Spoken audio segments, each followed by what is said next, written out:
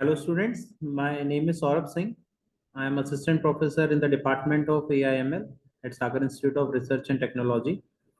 So जो हमारी series चल रही है 4 elements of object oriented programming, उसमें next topic now today we are discussing, that is abstraction.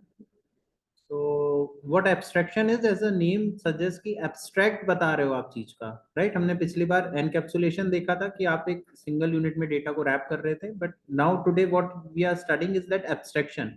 So abstraction is that what keep it displaying only basic information and hiding the details, right? जैसे आप कोई research paper लिखते हो उसमें पहले abstract होता है ना कि what exactly this is all about. Okay, so this is also the same thing कि आपको एब्स्ट्रैक्ट फॉर्म में वो प्रोग्राम मिलेगा, किसमें? मेन फंक्शन के अंदर, बट बैकग्राउंड में क्या डिटेल्स चल रही हैं उससे यूजर को कोई ज्यादा लेना देना नहीं है.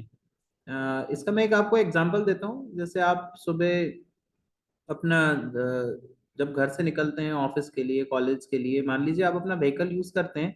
एट दैट पर्टिकुलर इंस्टेंस की व्हीकल को स्टार्ट करने के लिए आप सिर्फ व्हीकल की को आप इग्निशन को आप ऑन करते हो, राइट? कार है या बाइक है, कुछ भी सेल्फ दबाते हो. तो जो बाइकर है, जो राइडर है, उसको क्या किस चीज से मतलब है कि हम क्या कर रहे हैं, सिर्फ बाइक को स्टार्ट कर रहे हैं.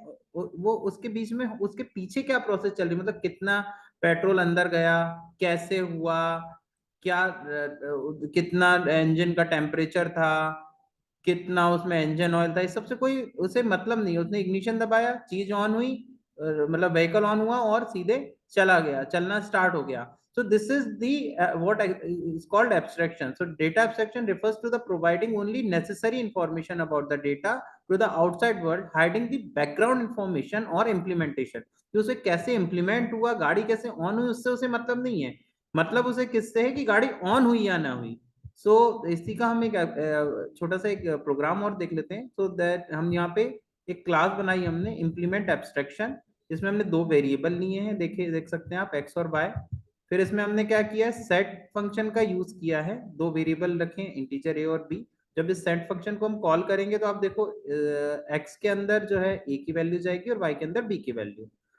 और जब हम डिस्प्ले करा रहे हैं तो एक्स और वाई दोनों डिस्प्ले फंक्शन में एक्स और वाई की वैल्यू आ जाएगी. अब आप मेन प्रोग्राम में देखो, हमने बैकग्राउंड के लिए इतनी सारी डिटेल यहाँ पर बनाई है, लेकिन जब आप मेन प्रोग्राम यहाँ पर देख रहे हो तो उसमें क्या लिखा है? सिंपल इम्प्लीमेंट एब्स्ट्रैक्शन क्लास का सिंपल एक ऑब्जेक्ट बनाया है, और ऑब्जेक्ट से हमने सिंपल फंक्शन को सेट किया है ना.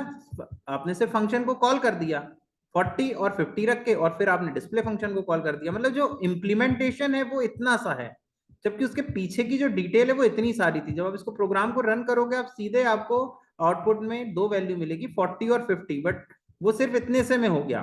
ठीक है, तो यूजर को सिर्फ इतने से मतलब होता है, हाइडिंग द बैकग्राउंड डिटेल हो रहा है यहाँ पे. So this is what actually the abstraction is.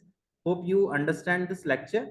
So next class में मिलते हैं with the other 2 pillars. Okay, thank you students.